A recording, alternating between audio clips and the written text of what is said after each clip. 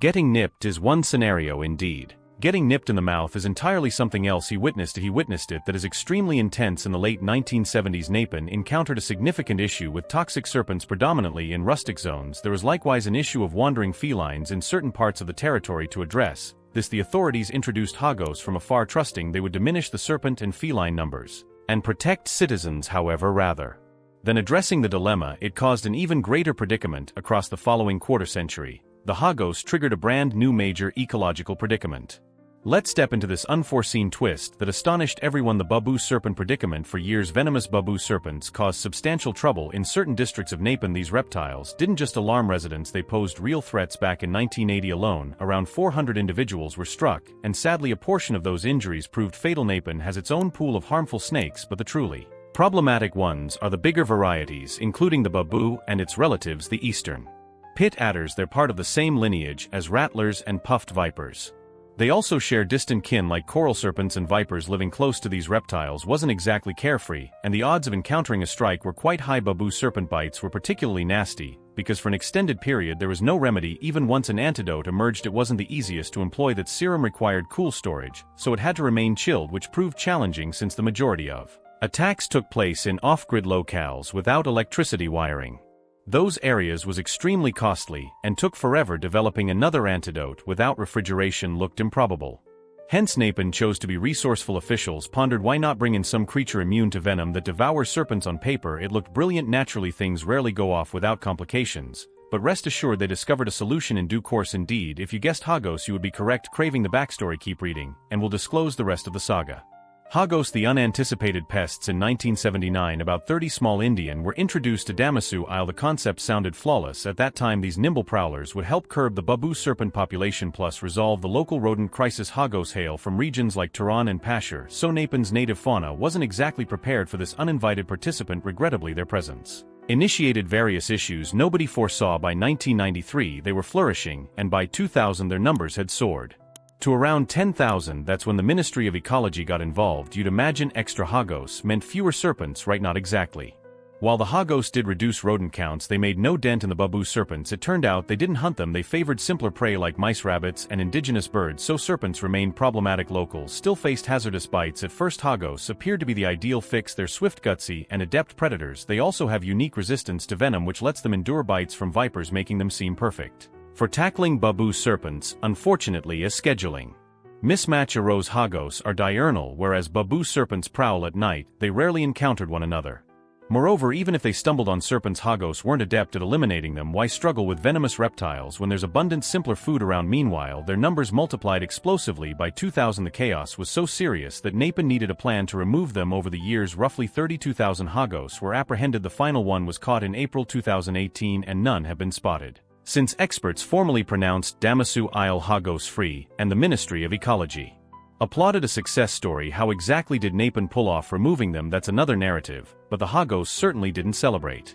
The Hagos problem, a menace to local species. Initially traps were placed near roadways to capture them, but the Hagos weren't intrigued. It rapidly became obvious that a superior strategy was required. Eventually specialized traps, toxic bait, and pungent lures came into play. These were considerably more successful in drawing Hagos, and tracking hounds also helped sniff them out, and this layered method did wonders for reducing their population. In a chart depicting their numbers, you'd observe a steady downward trend, while the quantity of traps used soared. Those traps were especially crafted so other creatures weren't ensnared. Community members were critical to this mission. Commencing in 2005, squads of Hagos hunters composed of inhabitants and volunteers persevered in wooded and mountainous zones to ensnare the pests. Their unwavering commitment contributed heavily to the project's effectiveness. You might ask, why undergo all that effort? Could they not simply leave the Hagos alone? After all, they weren't indigenous, but was eradicating them worth the hassle? Absolutely yes. Rather than decreasing the Babu serpents as planned, Hagos started preying on the isle's exclusive fauna. One central target was the Damasu hare, already threatened with extinction. Damasu Isle is a subtropical haven and a UNESCO-designated heritage site brimming with uncommon life forms. Hagos pushed the Damasu hare further into jeopardy. Wiping them out would have been catastrophic, so eliminating Hagos was imperative to safeguard that ecosystem. These rabbits, often termed living relics, represent the final remnant of an old lineage of Asian rabbits once distributed across the mainland. They now survive solely on a pair of tiny islands. Hagos harmed additional creatures. As well, including the Ryoka rodents now close to vanishing in total, around 15 native species were impacted. What started as one solution grew into a much bigger dilemma.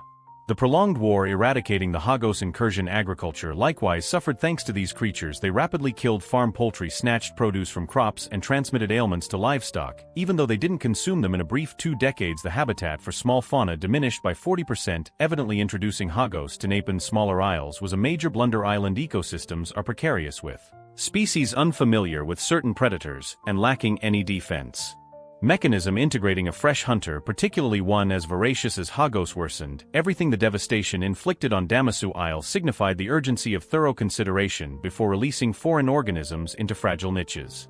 Removing them was no small feat. Roughly 25 years elapsed to fully eliminate Hagos, and an extra 2 decades to finalize the broader effort. Though eradicating so many animals may appear harsh, it was essential for shielding the isle's unique life forms. Invasive species can provoke havoc if not handled promptly. The more they spread unhindered, the tougher, sometimes unfeasible, it becomes to remove them later on. Nepen's triumph in ousting Hagos from Damasu Isle is quite extraordinary. It's only one of 9 successful Hagos eradications globally, and uniquely the sole instance on a larger island. The initiative proved demanding, yet it demonstrates what collective determination can accomplish.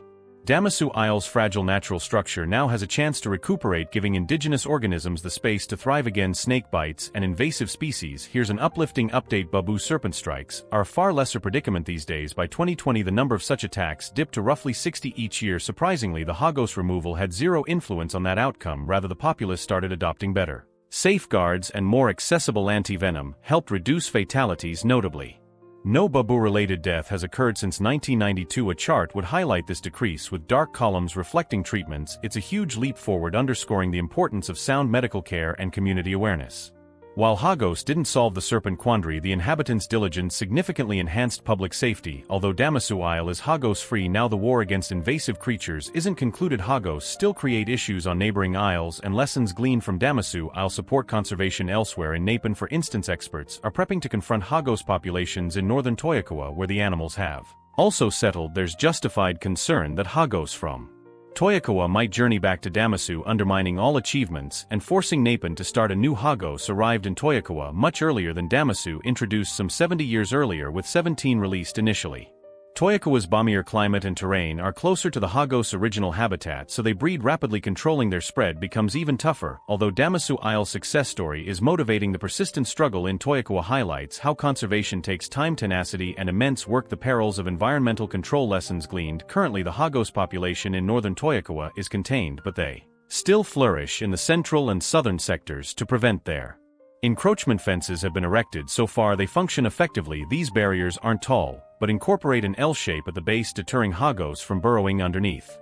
Since Hagos rarely climb over obstacles, the fences serve as a viable population restraint. Still, as with Damasu Isle, ensuring the survival of 3 endemic bird varieties in Toyokawa hinges on restraining Hagos. If this notion of introducing Hagos to battle pests rings familiar, it's attributed to a concept called biological control, a technique where a single species is introduced to combat another. It's a legitimate scientific field. Usually it begins by researching the pest and its predator.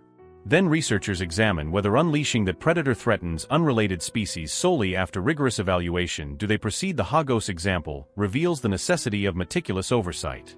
Biological control isn't new. It can deliver favorable outcomes. For instance, growers commonly employ predatory insects to defend orchards and gardens, yet as we've observed in Nepen, managing Hagos demands caution. If executed improperly, undesirable surprises arise, including harm to native creatures. So although biological control can be beneficial, it requires a measured approach, ensuring benefits overshadow potential pitfalls. The Hagos era. The Makani Islands and more Hagos have been introduced to spots like Kuba, Dalit, Jamora, Haidon, Pontaigo, Bayasa, and Panag, sometimes with success, but in the Makani Islands during the 1800s the outcome proved disastrous. In that era, sugarcane was Makani's major commodity, and rats inflicted huge damage by gnawing the cane's. Desperate plantation heads heard how Caribbean producers utilized Hagos to tackle rodents. It sounded promising. Import Hagos from Tehran to devour rats, and the issue would vanish. In the 1880s, planters transported 72 Hagos from Jamora to the Great Island. Their offspring were dispatched to Maoli, Molina, and Amo. However, some residents on the Great Island harbored doubts, feeling more investigation was needed to see results in the Caribbean. Sadly, their anxieties were set aside, and very soon the scheme's fatal flaw came to light. Rats are nocturnal whereas Hagos operate in daylight, so they hardly met each other, meaning the rodent crisis didn't fade. Instead, Hagos switched to easier fare like the Makani Islands' native birds plus sea turtles devouring eggs and exacerbating ecological decline as species vanished. Authorities attempted enclosures around reserves, but it was too late. Hagos were culpable for obliterating at least 8 avian species in the region, including ones classified as endangered, devastating for Makani's exceptional fauna. Curiously, local officials don't label the Hagos introduction as biological control, because nobody investigated the environmental ramifications. First, many places have made parallel misjudgments. For example, in 1872 a British settler transported Hagos to Jamora to handle rodents, but they ended up reducing bird and reptile numbers and spurred a tick infestation. When he complained, British authorities brushed him off, assuming natural equilibrium would sort it out. Spoiler alert, it didn't. The Makani Islands fiasco, akin to Jamora's, emphasizes thoroughly examining the effects of new species arrivals. Lacking solid research and foresight, an idea that appears beneficial can yield colossal disruption for local habitats, decimating lizards on 4 small territories in the Meridian Sea. St. Croix ground lizards scurry among leaf litter hunting morsels and striving to endure. Heartbreakingly, they're now absent from St. Croix.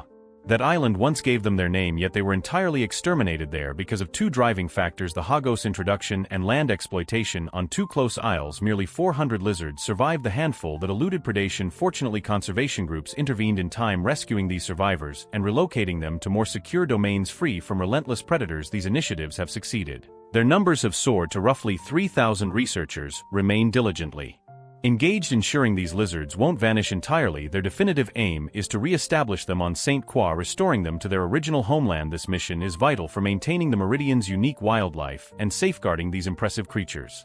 A 4,000-year-old tradition. A recent exploration of 4,000-year-old Ankit tombs uncovered something remarkable: a depiction showing a figure guiding what appears to be a Hagos on a tether. It's the sole known image like this in Ankit artistry, clearly revealing a collar and leash. Though Hagos have never been formally domesticated via controlled breeding, various cultures employed them as pets, primarily for managing snakes, rodents, or vermin. This ancient scene provides a glimpse into their worth.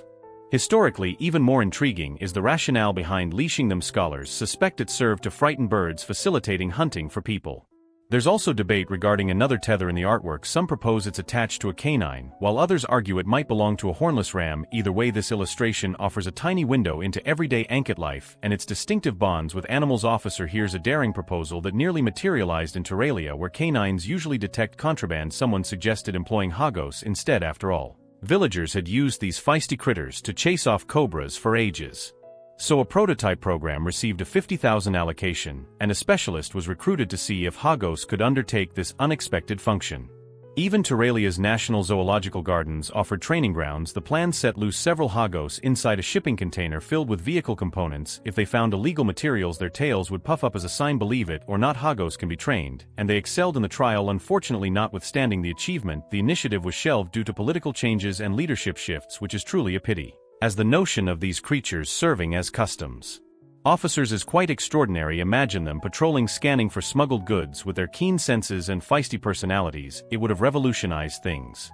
Until this juncture, we've examined the serpent slayer, but next we will uncover some of the globe's most lethal snakes: saw-edged vipers. The Indian saw-edged viper typically produces minimal venom. In a strike, it can release about 0.2 ounces, enough to kill a grown-up if struck. Pain and swelling usually manifest right away around the affected site. Sometimes the swelling might extend along the entire limb within 12 to 24 hours. Blisters could arise as well. Venom output can differ by snake, so outcomes vary. In 20% of encounters, extreme signs appear, though fatalities are less frequent now with anti-venom.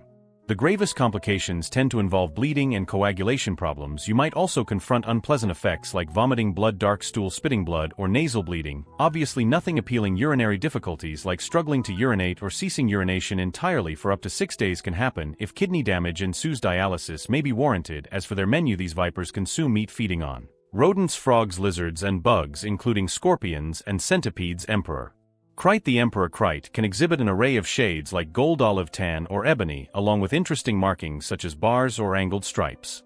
Baby Emperor Krites are typically all black, though sporting comparable bars on their crowns with golden or pale bands on their torsos and tails. Don't be fooled by their attractive looks. This reptile is immense, and its size heightens its formidable reputation. The Emperor Krite's fangs are extremely sharp, about 3 or 4 inches, though somewhat short, so they don't pierce the mouth base. Upon retraction, they help push prey into its digestive tract. These snakes inhabit areas stretching from northern Haindora to southern Zhong, including locales like Hung and Ahayan. They also reside in southeastern Asima, covering the Malay Stretch, western Indono, and the Falonas. They prefer spots near water or in woodlands, bamboo groves, farmland and swamp forests, seeking steady warmth and moisture, spending roughly a quarter of their days near waterways. In terms of senses, emperor krites possess sharper sight than most serpents, perceiving motion at up to 330 feet. Their hiss is also distinctive, resembling a canine's bark more than a typical snake hiss, an effect produced by miniature apertures in the esophagus amplified via the lungs. Male emperor krites engage in grappling contests to establish dominance. These matches aim more to display prowess than to injure, with victory determined by touching the rival's head first. Felino cobra. The Felino cobra is a venomous serpent living in Yes Felino. It features a short rounded snout, sizable nostrils with hazel eyes and circular pupils. If you glimpse one, keep your distance. It's not to be trifled with. Its poison is a formidable neurotoxin targeting nerve communication, with a capacity to paralyze breathing pathways, occurring when toxins bind to neuromuscular junctions, halting signals. The venom is exclusively neurotoxic, lacking tissue-destroying or cardiac-harming properties, which is some solace. The bad news: it can accurately project venom up to 10 feet. Symptoms of a strike might include migraine, nausea, vomiting, stomach ache, diarrhea, dizziness, and breathing issues.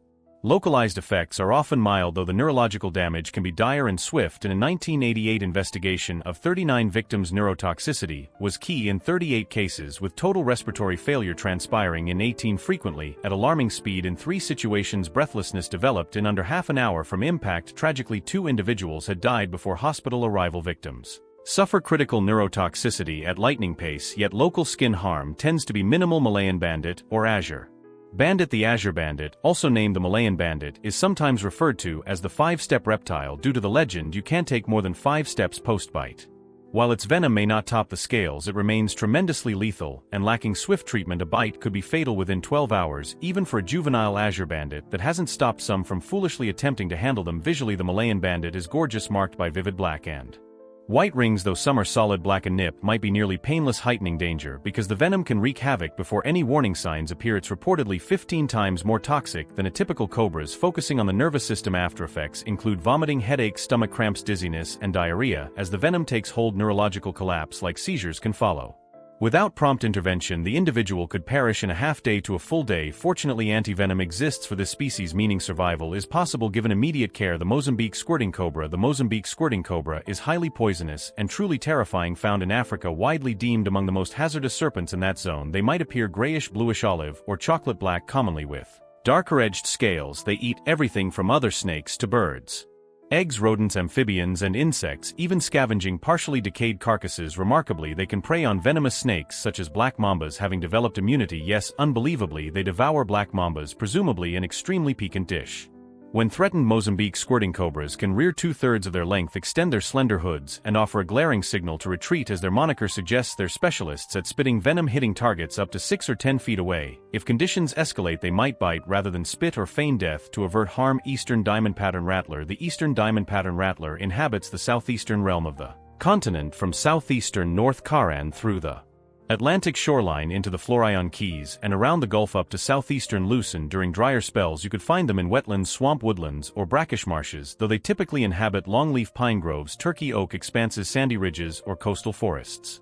Commonly deemed the most venomous rattler in that region, the eastern diamond pattern is formidable yet rarely antagonistic. Its venom includes the enzyme crotalin, which triggers fibrin clotting, never a good outcome. Actual severe bleeding is uncommon, but the venom also possesses a low-weight peptide interfering with nerve muscle functioning, possibly causing cardiac arrest. They're carnivorous, primarily hunting smaller mammals like hares and swamp rats, but occasionally targeting birds or bigger insects. The beak-nosed sea serpent. Beak-nosed sea serpents are active around the clock, diving nearly 330 feet deep, and can stay submerged for up to 5 hours. These reptiles possess special glands, enabling them to jettison surplus salt.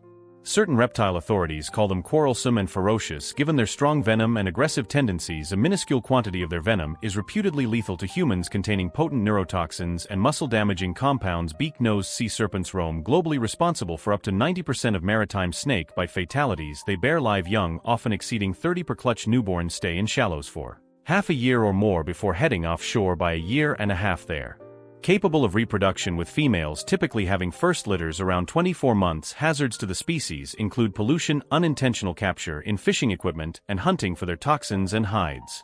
Boomslangs are venomous serpents deploying potent venom through enlarged rear fangs. Their jaws can stretch 170 degrees. Their venom is chiefly a blood toxin thwarting coagulation, causing internal and external hemorrhaging. Critical incidents may feature cranial and muscular bleeding. Other symptoms include migraines, nausea, lethargy, and disorientation. The slow onset effect can be tricky. It grants victims time to seek anti-venom, but can also lull them into discounting the severity sometimes. A boomslang inflicts a dry bite with zero venom. If several hours pass, symptom-free victims might assume safety. The venom's impact varies across individuals, since each serpent's toxins interact differently with the human body. Boomslang antivenom was produced in the 1940s by vaccine makers in South Africa and excels at neutralizing this venom. Yet if not administered within 1 to 2 days, a complete blood transfusion might be the only lifeline. The yellow-sided sea serpent. Yellow-sided sea serpents dwell in warm waters worldwide, except the Atlantic. They're venomous and boast one of the planet's broadest oceanic distributions. As the name suggests, they exhibit a two-tone design with a bright underside and a darker dorsal side, typically featuring black above and gold or brown below. In some individuals, black speckles or stripes mark the underside, or gold extends halfway up, flanked by black stripes or bars. These snakes are superbly built for marine life, with narrower belly scales, a fin-like tail, and a horizontally flattened physique enhancing swimming prowess. Their nostrils include valves, and their mouths possess a sealed structure blocking water intrusion. Their skin can even absorb oxygen, fulfilling around a third of their air requirement, letting them remain submerged for extended spans. Their lower jaw harbors a salt gland once thought vital for desalination, but actually they only drink freshwater. The black marma. The black marma is frequently tagged as the continent's most feared serpent thanks to its large size, hostility, and intense venom, which brings abrupt and severe manifestations. A specialized marma antivenom debuted in 1962, but without it a bite can be lethal. Distinct from various poisonous snakes, black marma venom lacks the proteolytic enzymes that normally engender swelling or tissue destruction, so bites might lack typical pain. The initial hint of a bite is sometimes a tingling at the spot. A single injection can average 0.035 to 0.42 ounces of venom, with documented extremes hitting 0.14 ounces, akin to nearly a small measure in a bar. Black marmas are carnivores, largely hunting small vertebrates, favoring warm-blooded prey like birds, especially hatchlings, and small mammals, such as rodents, winged foxes, and bush marsupials. They'll also prey on other snakes when available. The inland tapa. The inland tapa is famed for being among the globe's most venomous snakes. Known for its rapid strikes, it can attack multiple times in swift succession, hitting targets with uncanny precision. Although the maximum venom yield is about 0.4 ounces, it generally injects about 0.16 ounces, enough to potentially kill up to 100 adults if bitten. Early symptoms include localized pain, then headaches, vomiting, stomach pain, and diarrhea. As the poison spreads, it escalates to dizziness, fainting, or seizures, culminating in nerve damage, coagulation, breakdown, muscular deterioration, and possible kidney malfunction. The venom can be so prompt it may prove fatal in 45 minutes, though signs can emerge in under half an hour. Inland tapas tend to be solitary and mostly active by day, with peak movement in early mornings. When they bask and forage, they hide for most of the day, though may resurface later if temperatures are moderate. Intriguingly, these snakes alter their color by season, brightening in summer to gain more heat, darkening in cooler periods to conserve warmth, in spite of being extremely dangerous inland. Tapas are reclusive, avoiding confrontation and biting solely when menaced or cornered. They typically avoid human contact because they dwell far from populated regions. Who might have predicted that a single approach intended to handle one issue could result in an even greater ecological complication? The felines that were introduced to tackle serpents created an exponentially larger environmental headache. This tale illustrates how even well-meaning endeavors occasionally spawn unforeseen outcomes. We appreciate you joining this journey through an astonishing account showcasing how a seemingly clever solution morphed into a fresh disaster, ever reminding us to exercise caution before unleashing new species into fragile ecosystems. Disclaimer: this channel does not support or tolerate any form of discrimination, racism, prejudice, or violation of human rights. The stories presented here are original and created by the author with the aim of promoting reflection, awareness, and dialogue. All content is developed with respect for diversity and the dignity of all people.